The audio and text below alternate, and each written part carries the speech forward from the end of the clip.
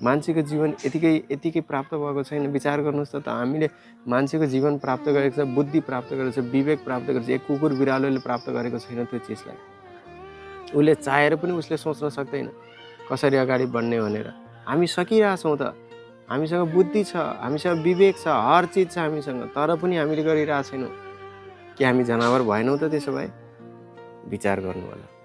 एक दिन एकजना यतिकै बेकारमा बसिरहेको थियो। उसलाई गएर अर्को साथीले सोध्छ, ओए के गर्दैछस्? उसले भन्छ, म बदला लिँदैछु।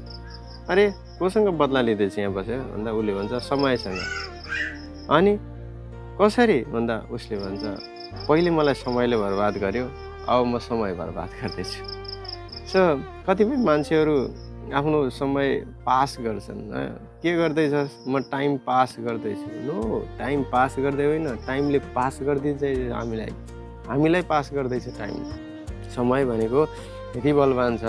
चाणक्य पण्डितले भन्नुहुन्छ, एक क्षणको समय 100औं मुद्राहरू, 100औं लाखौं करोडौं मुद्राहरूले पनि एक क्षणको समय फिर्ता ल्याउन सक्दैन। यति महत्त्वपूर्ण समय हामीले के गर्दैछौँ? पास गर्दैछौँ। टाइम पास गर्दैछु म नचाहिने कुरा गर्नमा, नचाहिने कुराहरू हेर्नमा, नचाहिने ठाउँमा जानुमा, जुन प्रोडक्टिभ छैन, जीवनमा उपयोगी छैन, केही कार्य, त्यसको कुनै आउटपुट केही पनि छैन, त्यस्तो चिजमा हामीले आफ्नो सर्वाधिक अमूल्य समय खर्च गर्दैछौँ। तपाईसँग यस्तो अमूल्य वस्तु छ जुन वस्तु खाली बाटोमा फाल्दै हुनुहुन्छ, नचाहिने कुराहरूमा फाल्दै हुनुहुन्छ। कस्तो लाग्छ? तपाईसँग हिरा आयो हातमा, त्यो हिरा तपाईँले के गर्दै हुनुहुन्छ? बाटोमा फ्याल्दै हिँड्दै हुनुहुन्छ। तपाईँलाई के भन्छन् मान्छेहरूले? मूर्ख भन्छन्। यति महत्त्वपूर्ण समय, जुन हिराभन्दा पनि महत्त्वपूर्ण, करोडौं सुनको मुद्राले किन्न नसक्ने समयलाई हामीले पास गर्दैछौँ। कतिसम्मको मूर्खताको कुरा हो यो? टाइम पास नगर्नुहोस्, टाइमलाई सही सदुपयोग गर्नुहोस्। यदि टाइमको सही सदुपयोग भयो भने टाइमले पनि भ्यालु दिन्छ, यदि हामीले टाइमको भ्यालु दिन्छौँ भने।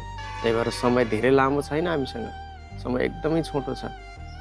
एक सासमा अड्किएको छ समय। बस एक सास गयो त सिद्धियो, फेरि त्यो सास फर्केर आउँदैन।